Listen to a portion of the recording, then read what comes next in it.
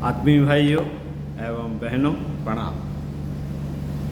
सुप्रजनन भावी पीढ़ी का नव सृजन। लेखक श्री राम शर्मा आचार्य, डॉक्टर प्रणव पांड्या MD द्वारा भी इसी लेख में समायोजन।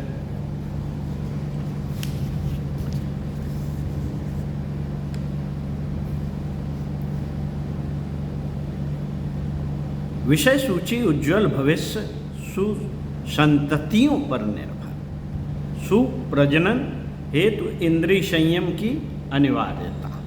देव मानवों के सृजन हेतु प्रस्तावित कुछ महत्वपूर्ण सुझाव और मानवीय नस्ल सुधारने में आनुवांशिकी के प्रयोग, वंशानुक्रम को प्रभावित करने वाली वातावरण की सूक्ष्म शक्ति। इसी विषय सूची से आपको पहला विषय उज्ज्वल भविष्य सुसंततियों पर निर्भर पढ़कर सुनाते हैं। आइए सुनते हैं। साथियों, उज्ज्वल भविष्य सुसंततियों पर निर्भर। जो कुछ किया जाता है वह सारे का सारा मात्रा आज की आवश्यकताएं पूरी करने के लिए नहीं होता, उसे भविष्य को ध्यान में रखते हुए भी किया जाता है। भोजन आज का बनाया आज खाया जाता है, पर अन्न भंडार इसलिए भरा जाता है कि अगले दिनों भी उसका उपयोग हो सके। महत्वपूर्ण योजनाएं इसी दृष्टि से बनती हैं। रहने के मकान इसी दृष्टि से बनते हैं कि उनमें बुढ़ापा कट सके और संतान को भी उनमें रहने का अवसर मिल सके।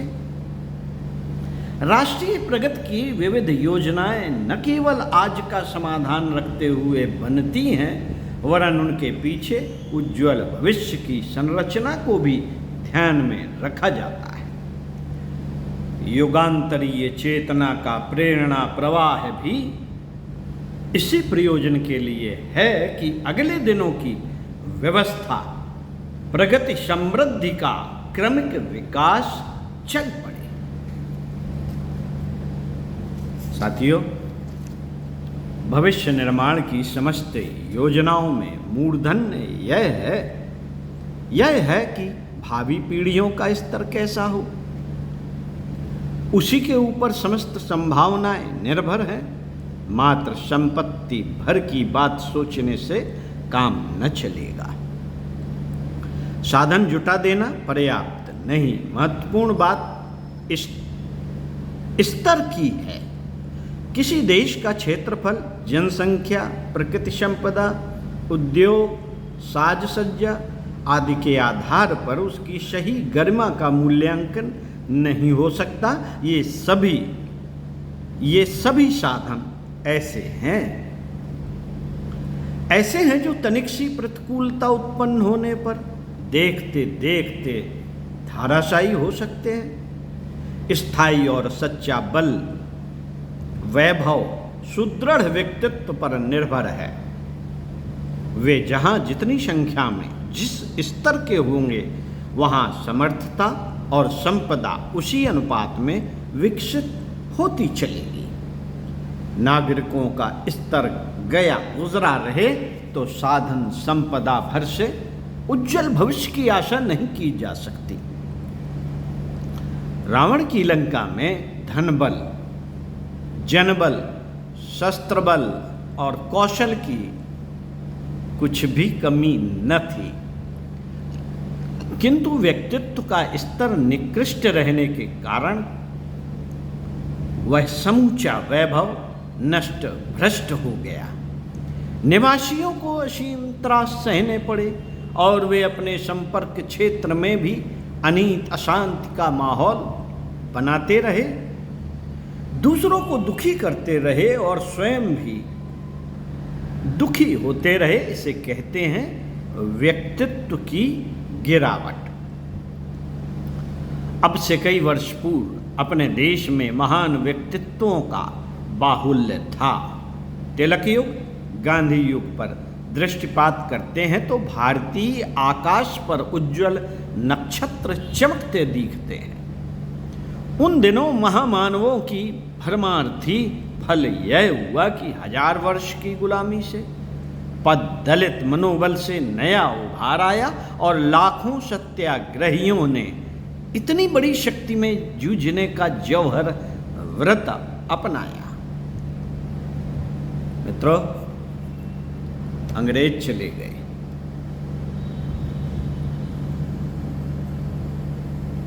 अंग्रेज चले गए।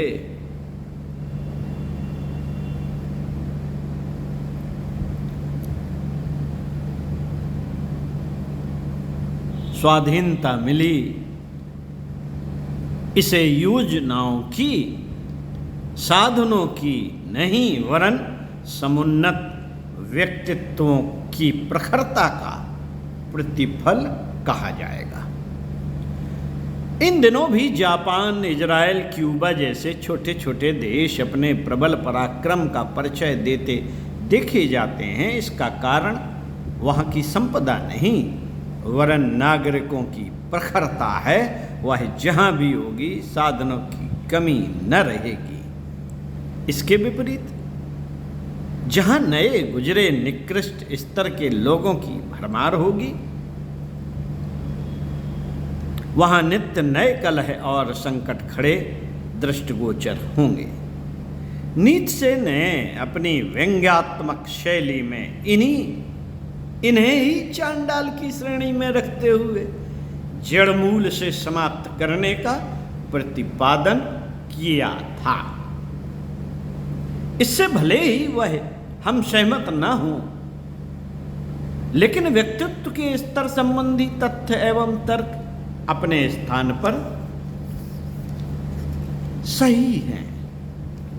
इस संबंध में विभिन्न कारणों के प्रस्तुतिकरण में अधिक वजनदार वह प्रतिपादन है जिसमें वंशानुक्रम की परिणति का महत्व बताया जाता है।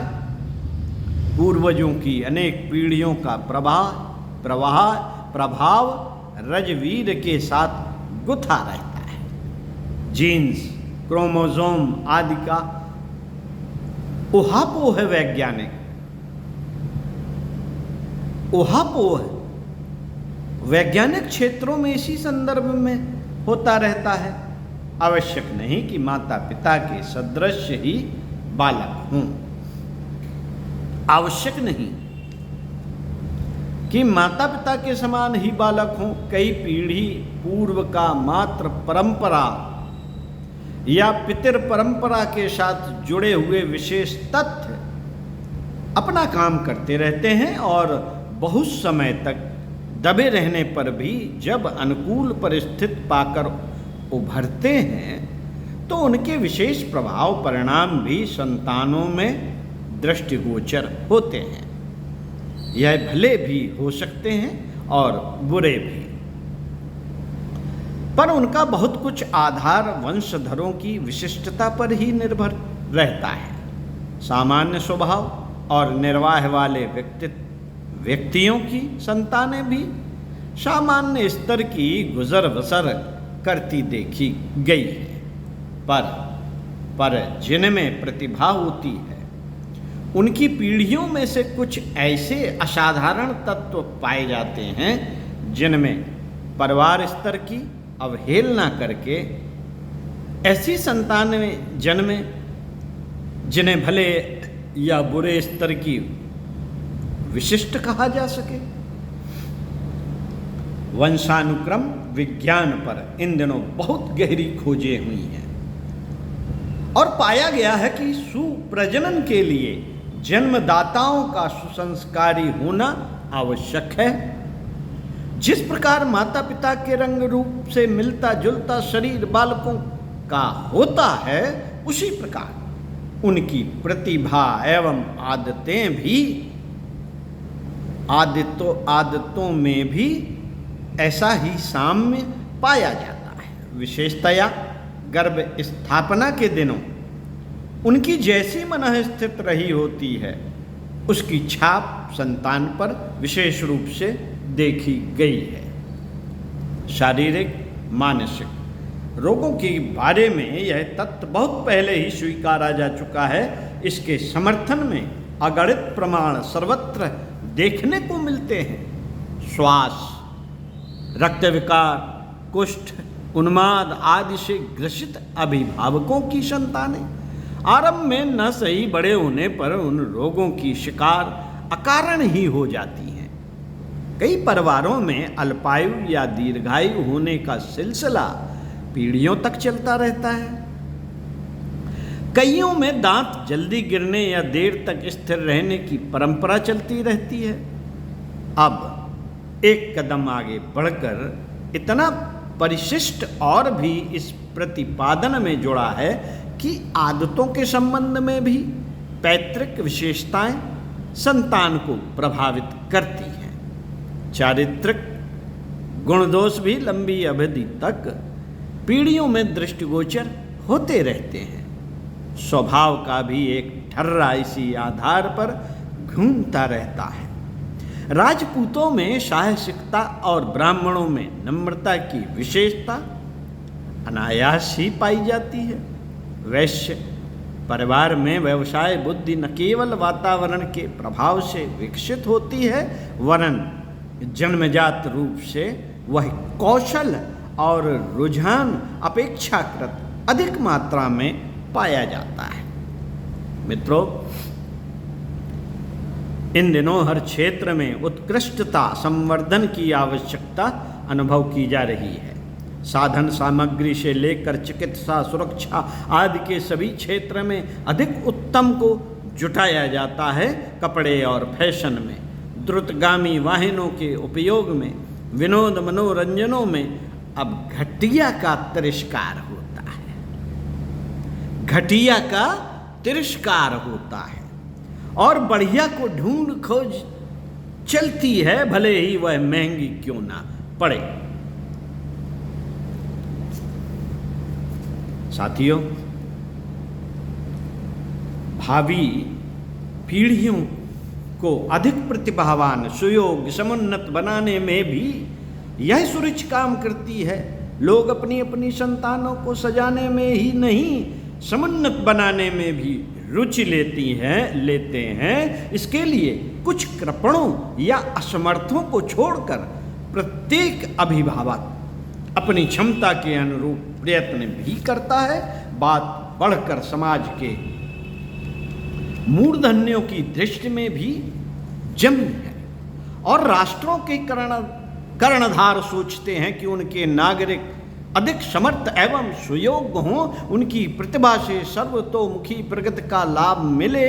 साथ ही यह भी सोचा जाता है कि शारीरिक मानसिक दृष्टि से असमर्थों, अविकसितों, खंडित व्यक्तित्वों का उत्पादन रोका जाए। बुरी आदतों और विकृत मनोभावों वाले व्यक्ति न केवल अपने लिए ही वरन संबद्ध लोगों के लिए भी संकट उत्पन्न करते हैं।